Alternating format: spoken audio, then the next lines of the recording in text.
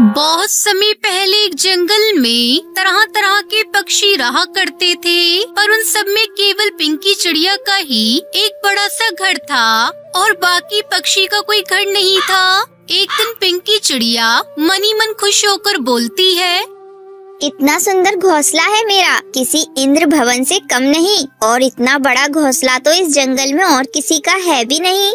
आगे देखने से पहले आपको सिर्फ एक छोटा सा कांटा चुभ जाए तो दर्द होने लगता है, पर वो एक बापी है जो रोजाना अंगारों पर चलकर आपके लिए 2 वक्त की रोटी का इंतजाम करता है। तो उस प्यारे से पापा के लिए एक लाइक और सब्सक्राइब जरूर कर देना। साथ ही अपने प्यारे से पापा के लिए ये वाला इमोजी जरूर सेंड कर देना। ये सब बातें दूर डाल पर बैठी टुनटुनी चिड़िया सुन रही होती है और वो कहती है, ये पिंकी चिड़िया खुद ही अपना घोंसला देखकर मनी मन खुश हुआ करती है। ज्यादा ही घमंड है इसे अपने घोंसले पर। चलो मुझे क्या, अब हम सभी पक्षी मिलकर जंगल में पार्टी कर रहे हैं, तो इसे भी बुला लेते हैं।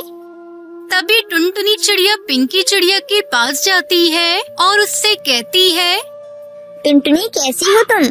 हाँ मैं बहुत बढ़िया हूँ। आज जंगल के सभी पक्षियों ने मिलकर एक पार्टी करने की सोची है। तुम भी वहाँ आओगी तो हमें बहुत अच्छा लगेगा। क्या कहा, पार्टी पर? तुम सबके पास तो घर नहीं, फिर पार्टी कहाँ करने वाले हो? हाँ ये सच है कि हम पक्षियों में से किसी को कोई घर नहीं, पर हम झाड़ियों के बीच में ही एक स्टेज लगाने वाले हैं। उसी पर हर तरह के खेल कूद करने की सोची है। क्या हुआ पिंकी, तुम क्यों हंस रही हो? रहने के लिए जिसके पास घर नहीं, उन्हें खेल कूद की जरूरत भी है। ऐसा मत बोलो पिंकी, क्या खुशियाँ वही मना सकते हैं जिनका घर हो? हाँ और नहीं तो क्या, जिसके पास घर है वही खुशियाँ मना सकता है। वैसे भी तुम जैसे गरीब पक्षियों के मुझे मुंह नहीं लगना। पिंकी चिड़िया से अपमानित होकर टुनटुनी चिड़िया रोती रोती वापस जंगल की तरफ लौट रही थी। तभी अचानक कालू कौवे ने टुनटुनी को रोता देखा और उससे रोककर पूछा, क्या हुआ टुनटुनी, तुम रो क्यों रही हो?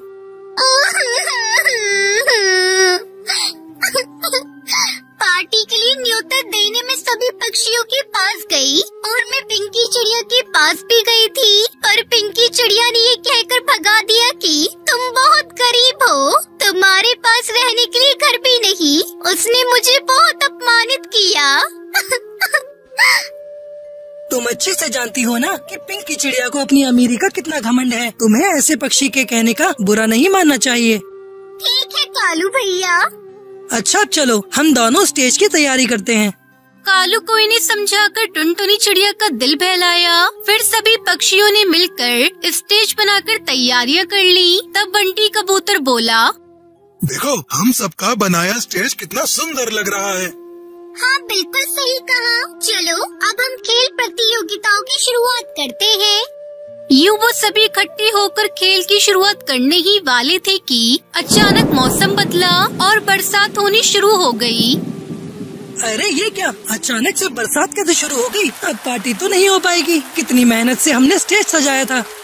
इस स्टेज को तो रहने दो दोस्तों, बरसात बहुत तेज होने वाली है और हम में से किसी के पास रहने की जगह नहीं है। इस बरसात में भीगते हुए हम सभी रात कैसे बिताएंगे?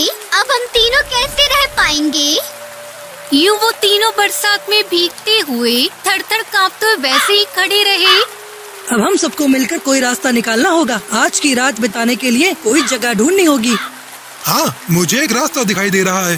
कौन सा रास्ता? इस पूरे जंगल में सबसे बड़ा घर पिंकी चिड़िया का ही है। वो मेरी बहुत अच्छी सहेली है। आज रात के लिए हम उसके पास आसरा मांग सकते हैं। उस घमंडी पिंकी चिड़िया से तुम आसरा मांगोगे? आज सुबह मैं उसे न्योता देने उसके घर पर गई थी, तो पता है उसने मेरा कितना अपमान किया। हाँ बेचारी टुनटुनी चिड़िया ने मुझे सब बताया। तुम चिंता मत करो दोस्तों, वो मेरी बात नहीं टालेगी। मेरी दोस्त है, चलो मेरे साथ।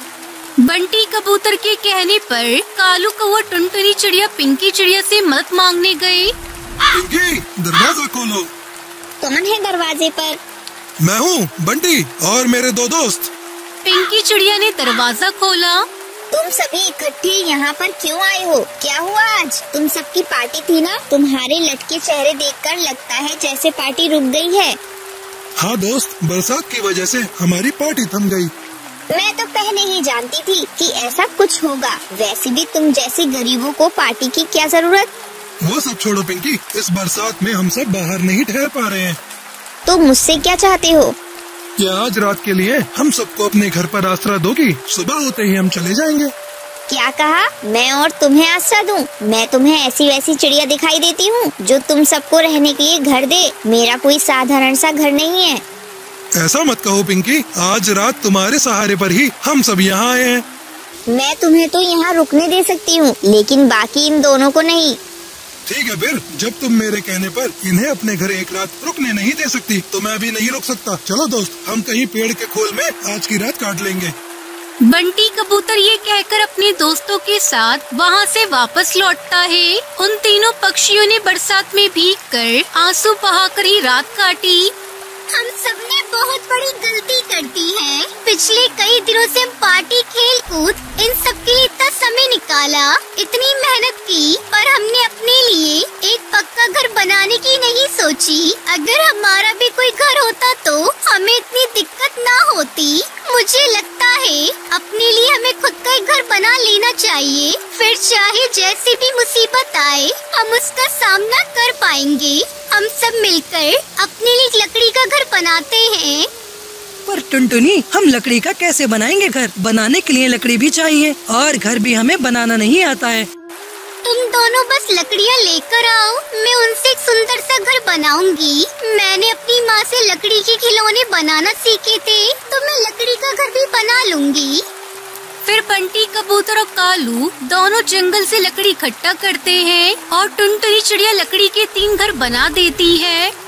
वाह टुनटुनी, तुमने तो अपना घर बनाने के साथ साथ हमारा घर भी बना दिया। तुम्हारा बहुत बहुत शुक्रिया। उस दिन के बाद से उन्हें बारिश के आने से डर नहीं लगता था और फिर वो सभी खुशी खुशी लकड़ी के बनाए घर में रहने लगते हैं। माँ जी कुछ तो बोलिए। माँ जी, आप इतनी जल्दी हमें छोड़कर नहीं जा सकती।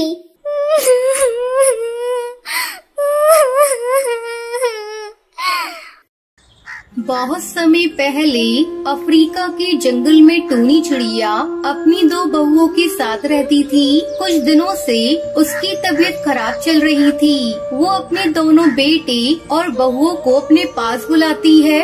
मेरे बच्चों, मुझे लगता है अब मैं ज्यादा दिनों तक जिंदा नहीं रह पाऊंगी। मैं चाहती हूँ अपने जीते जी सारी जमीन जायदाद तुम दोनों में बराबर बराबर बांट दूँ। अरे माँ जी, आप अपने मुँह से ये क्या अपशगुनी बातें बोल रही हैं? मरे आपके दुश्मन, आप जल्दी ठीक हो जाएंगी। नहीं टुनटुनी बहू, मेरा बुलावा ऊपर वाले के यहाँ से आ गया है। अपने जीते जी बंटवारा कर दूंगी तो चैन से मर सकूंगी। हाँ माँ जी, आप बिल्कुल सही कह रही हैं। वैसे भी आपको देखकर लगता है आप बस 1-2 दिनों की ही मेहमान हैं। आप ऐसा करिए, ये घर मेरे नाम कर दीजिए और जंगल के बाहर वाली जमीन टुनटुनी और कालू कौवे को दे दीजिए। लूसी बहू, ये तुम क्या कह रही हो? वो जमीन तो बंजर है। उस जमीन पर कई सालों से खेती नहीं हुई है। तो क्या हुआ? कालू हट्टा कट्टा है, मेहनत करेगा तो बंजर जमीन भी उपजाऊ हो जाएगी। माँ जी, लूसी भाभी को जो चाहिए वो दे दीजिए। हम लोगों को कुछ नहीं चाहिए। टुनटुनी बहू, तुम बहुत अच्छी हो। पिछले जन्म में मैंने जरूर कोई पुण्य किया होगा जो तुम्हारी जैसी बहू मुझे मिली। दोनों बेटे और बहुओं को उनका हिस्सा देकर टूनी चिड़िया राहत की सांस लेती है। टुनटुनी, ऐसा करो, तुम माँ जी को अपने साथ लेती जाओ। मुझे कुछ दिनों अपने मायके जाना है। अगर मैं चली गई तो माँ जी की देखभाल कौन करेगा? ठीक है भाभी, आप बेफिक्र होकर अपने मायके जाइए। मैं माँ जी का ख्याल रख लूंगी। कालू कौवा अपनी माँ और पत्नी के साथ एक छोटा सा घोंसला बनाकर रहने लगता है। इस तरह कुछ दिन गुजर जाते हैं। एक दिन कालू कौवा टुनटुनी चिड़िया से कहता है, टुनटुनी, चलो खेत की सफाई करके सारे कंकड़ पत्थर हटा देते हैं, फिर माँ का आशीर्वाद लेकर बैगन की खेती करेंगे। ये तो आपने बहुत अच्छा सोचा है जी। देर करने से कोई फायदा नहीं। हम आज से ही खेत की सफाई शुरू कर देते हैं। दोनों पति पत्नी मिलकर खेत का सारा कंकड़ पत्थर हटाकर उसकी सफाई करते हैं। फिर उसमें मिट्टी और खाद डालते हैं।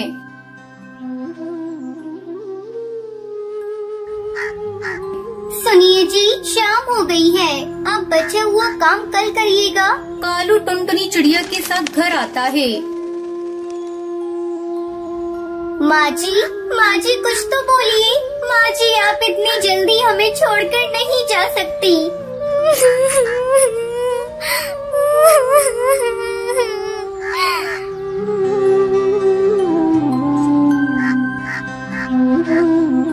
दुखी मन से कालू कौआ अपनी माँ को खेत में ही दफना देता है।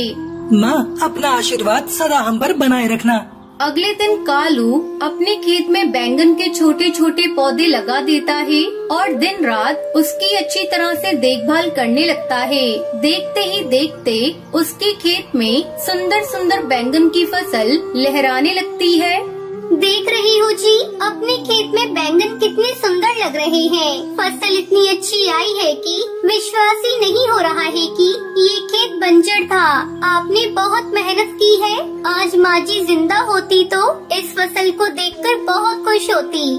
कालू को वो अपने खेत से बैंगन तोड़कर शहर की मंडी में बेच देता और पैसे लाकर टुनटुनी को दे देता है।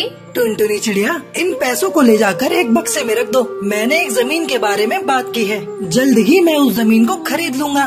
खुशी खुशी टुनटुनी चिड़िया उन पैसों को ले जाकर एक बक्से में रख देती है। टुनटुनी और उसका पति बैंगन की खेती करके खुशी खुशी अपनी जिंदगी बिताने लगते हैं।